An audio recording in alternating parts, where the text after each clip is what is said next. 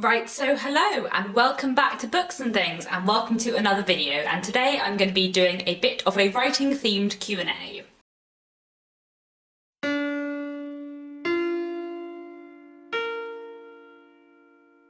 So back in October, I told you all on this channel about my debut novel, The Secrets of Harwood Hall, that is coming out at the start of 2023, which I am, of course, very excited for. And I said in that video that I was going to do a bit of a writing-themed Q&A just to tell you a bit more about my writing in general. I had a lot of amazing questions, more than I was expecting actually, so I've pulled out some of my favourite questions to answer in this video. I'm not necessarily going to answer every question that I was asked, and I have combined quite a few of the questions that were a bit similar, but hopefully this video might still give you a bit of an introduction into me as a writer, my sort of history of writing, and a little bit more about my debut novel, The Secrets of Harwood Hall as well. So I will crack on with the questions. What is your writing routine and how do you fit writing in with your day job? So I have a very set writing routine. On weekday mornings, I wake up at 6:15 and I start writing, and I write more or less until I need to get ready and go to work. And I've actually been doing this for a really long time. I used to write little bits and pieces here and there and short stories and stuff as a child, and then when I was 14, I decided that I wanted to write seriously. So I used to get up before school an hour earlier than I needed to in order to write for an hour every morning before school. And I've basically just been doing that ever since.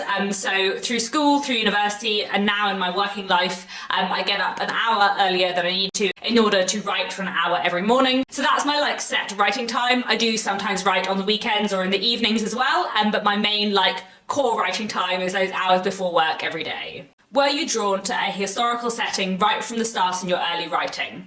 So no, I've actually only started writing historical fiction relatively recently. The stuff that I wrote as a teenager was mostly fantasy, and then when I was sort of 17, 18, I started writing things that are somewhere in between commercial women's fiction and contemporary literary fiction. They didn't really sit in a particular box or genre, but I started writing things that were contemporary set and not magical, I suppose. And it's only been in the last 3 or 4 years that I've moved properly to historical fiction, which I absolutely love writing because, I love history and it is so much fun to write historical fiction. I don't know why I didn't start doing it a lot earlier. How did you physically write your book? On paper or on computer? I wrote my book on my laptop. I've been writing on a computer for a very long time. I actually can type much faster than I can physically write, so I find it much easier to write on a computer. And also it's much easier to edit things and move things around afterwards than if you've written it by hand or you have to go over everything, I suppose. I have always written on a computer in Microsoft Word, and that suits me very well.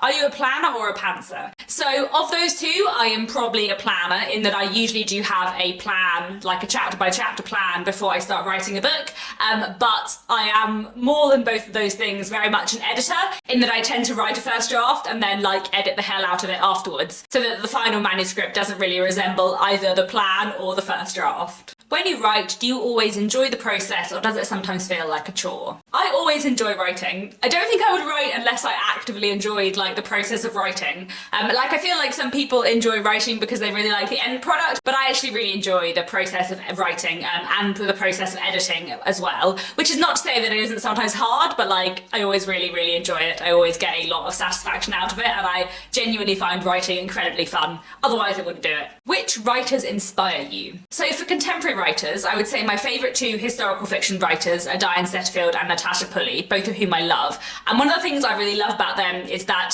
not only are their books really rich and atmospheric and their characters are wonderful and their plots are fantastic, but also their books are really fun, and they clearly have a lot of fun with history and with writing stuff in a historical setting. So that's something that I really admire and which really inspires me, I suppose.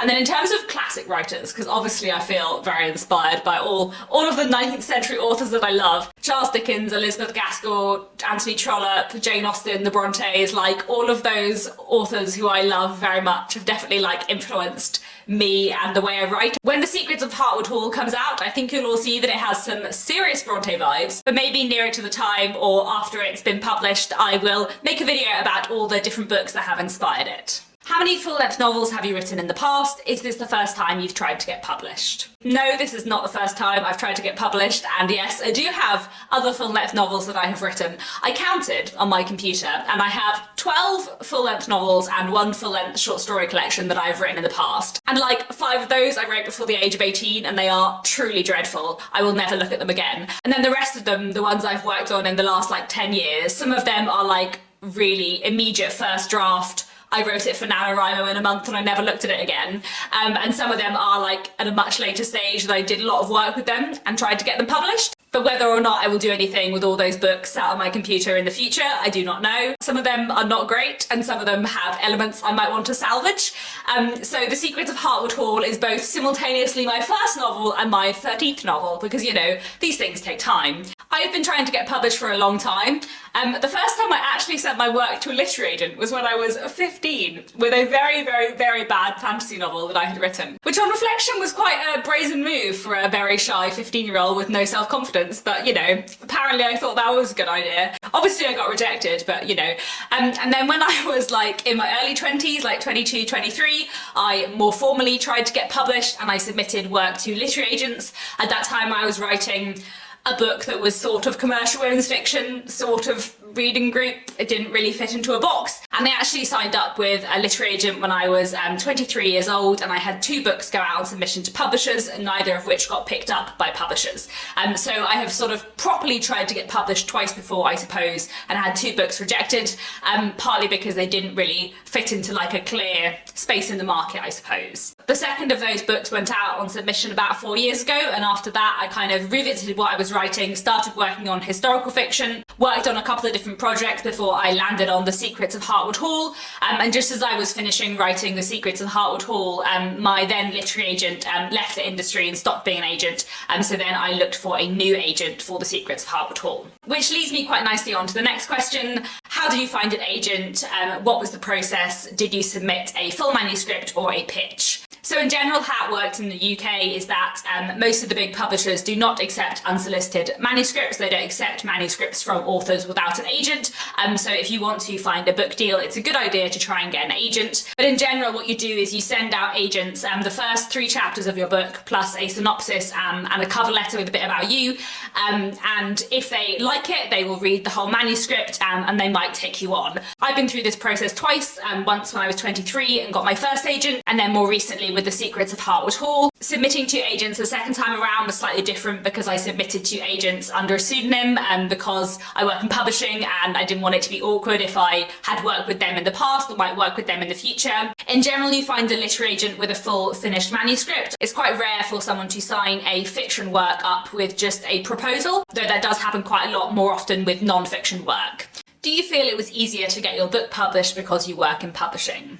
So, yes, but not really in the way you might think. Certainly not in terms of connections or anything like that. At the time when The Secrets of Harwood Hall was going out on submission to publishers, I'd only worked at one fiction publisher, and my book was not sent to the publisher where I worked. And I went through like all the usual channels. The only real difference in the submission process was that, as I said, I submitted to literary agents anonymously. However, in terms of like having an understanding of the publishing industry, obviously that did help. I think the fact that I work in publishing means I know like the market quite well, and I also know like all the different boxes that books might fit in. And I also think working in publishing has taught me a lot about like what's commercially viable. Like I said, I've tried to get published before, but I don't think it is a coincidence that The Secrets of Harwood Hall is the first book I started writing from the beginning after I moved from working in non-fiction publishing to fiction publishing. I don't think that's a coincidence because I think working in fiction publishing taught me a lot about writing sellable fiction, I suppose. And I was really clear in my mind when I started writing The Secrets of Harwood Hall that like I didn't just want to write a book that I wanted to write, I also wanted to write a book that people would want to read. Like I wanted to write a book that I loved as a writer, but also like with my other hat on as an editor, I could see how it would be published. So I definitely think in that sense, working in publishing and having like industry knowledge and a knowledge of like the book market really, really helped me. And I also think that being an editor has really helped my writing, which leads me on to the next question. Do you think your work as an editor has made you a better writer? Yes, 100%, absolutely, I do. Definitely. In so many ways, partly, as I said, being an editor in the publishing industry, I know more about the book market and genres and boxes and classifications and all of that stuff. But also I think working on other people's books makes you better at understanding your own.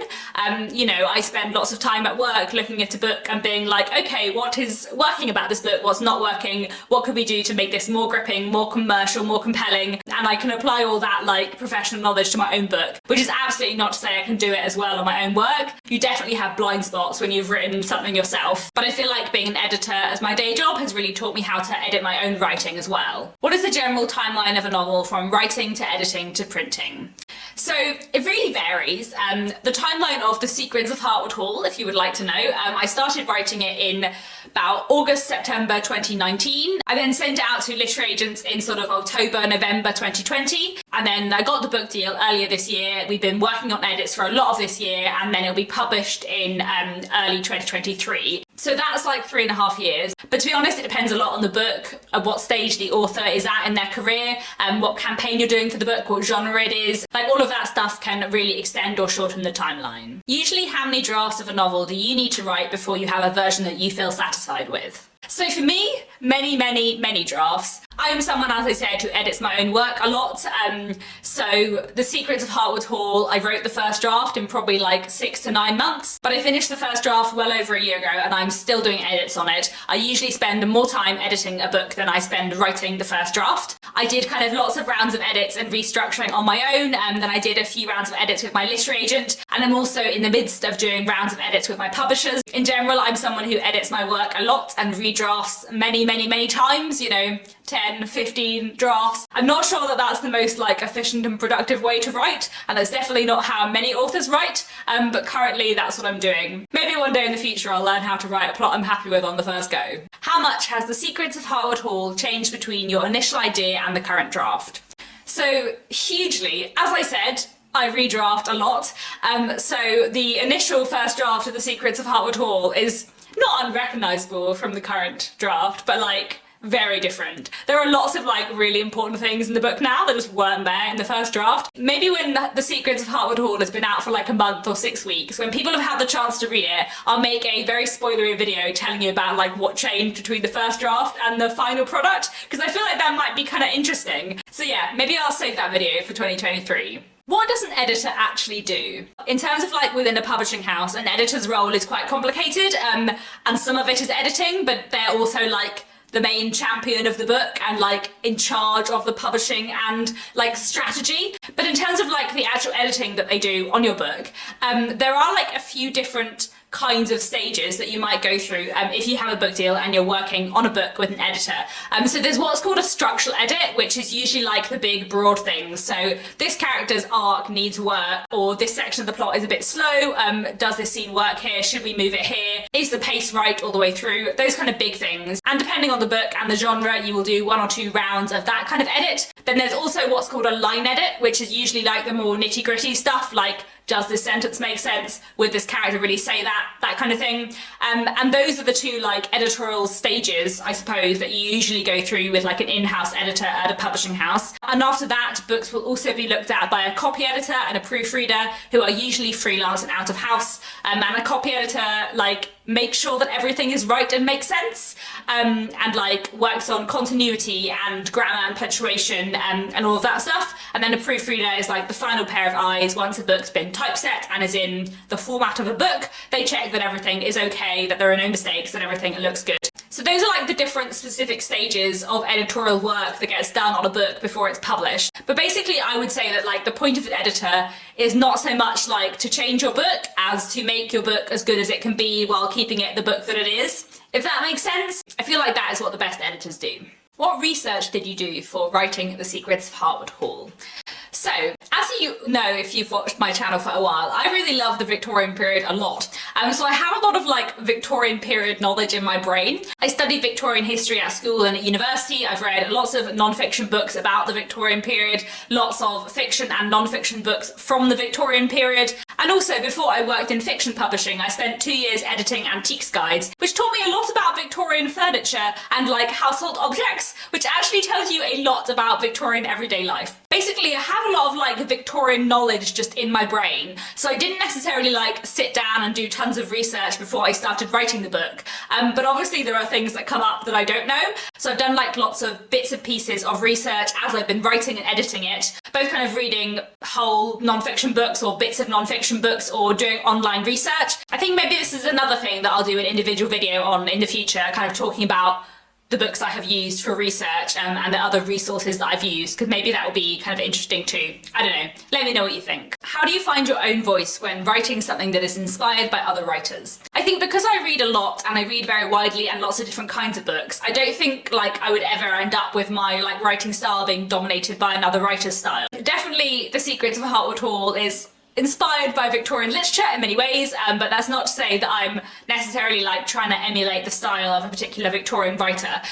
Also, The Secrets of Heartwood Hall is written in first person. It's from the main character, Margaret Lennox's perspective. So the voice of the book is like her voice rather than necessarily mine, if you see what I mean. So for this book I was always like writing in character, so that's slightly different as well, I suppose.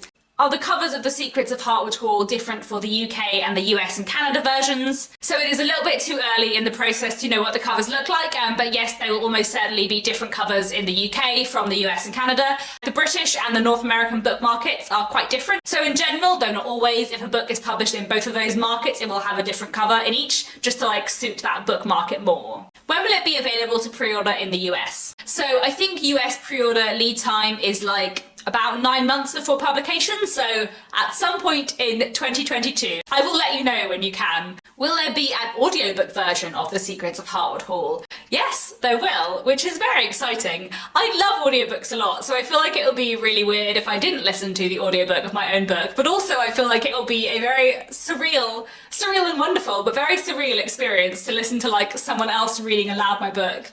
But that's very exciting. I'm very excited about the audiobook because, as many of you know, I love audiobooks a lot. So yeah, I think that could be very, very cool. I'm very excited about that. Will The Secrets of Heartwood Hall be translated into any other languages? So I don't know. Translation rights deals, when they happen, tend to happen further along in the process. I will let you know if it is going to be translated into any other languages, but at the moment I don't know. How many pages are there in your book? So I don't know yet because it hasn't been typeset yet, so it hasn't been like put into the format that looks like a book, so you could know how many pages it is. It is neither very short nor very long. The current draft is 110,000 words, so that is a fairly ordinary novel length. I reckon from my random publishing knowledge of typesetting that in the UK it'll be like between 400 and 450 pages, and in the US it'll be like between 300 and 350 pages because the US tend to typeset tighter. But that's a completely random guess, so we will see. Did you do NaNoWriMo this year? So no, I didn't do NaNoWriMo this year. I have done it in the past. I have completed NaNoWriMo 5 times before. I really enjoy NaNoWriMo. It is great fun, but I know that I do not produce my best writing in NaNoWriMo because I write so fast during NaNoWriMo,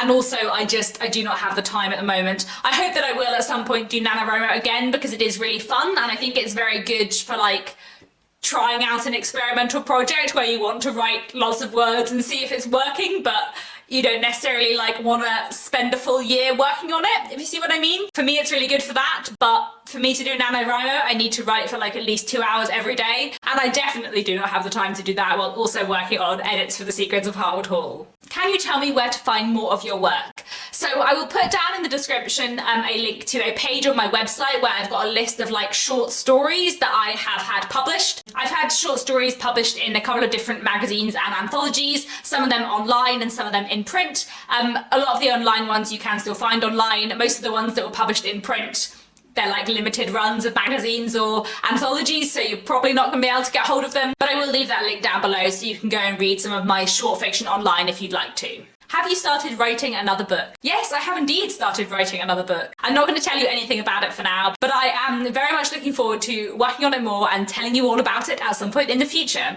And that's it for now. I hope you have all enjoyed this little writing Q&A. Please do let me know down in the comments if you have any other questions, and if there were questions I wasn't able to answer, put them down below and I will do my best to answer them in the comments. And that's it for now. Thank you so much for watching, and I'll be back very soon with another bookish video.